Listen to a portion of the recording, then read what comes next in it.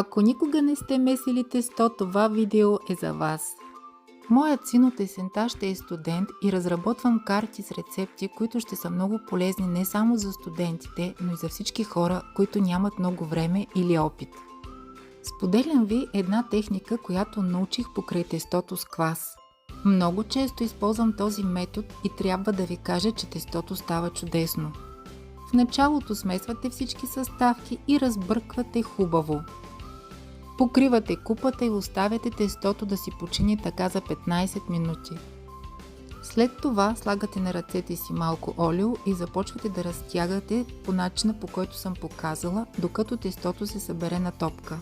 Отново покривате тестото и го оставяте така за поне 20 минути или повече, зависи от температурата в помещението. С тестото направих питки с кашкавал, но още няма да ви давам рецептата, защото има нещо, което искам да променя. Питките изпекох в фраера. Моят син много ги хареса и каза, че със сигурност ще си ги приготвя.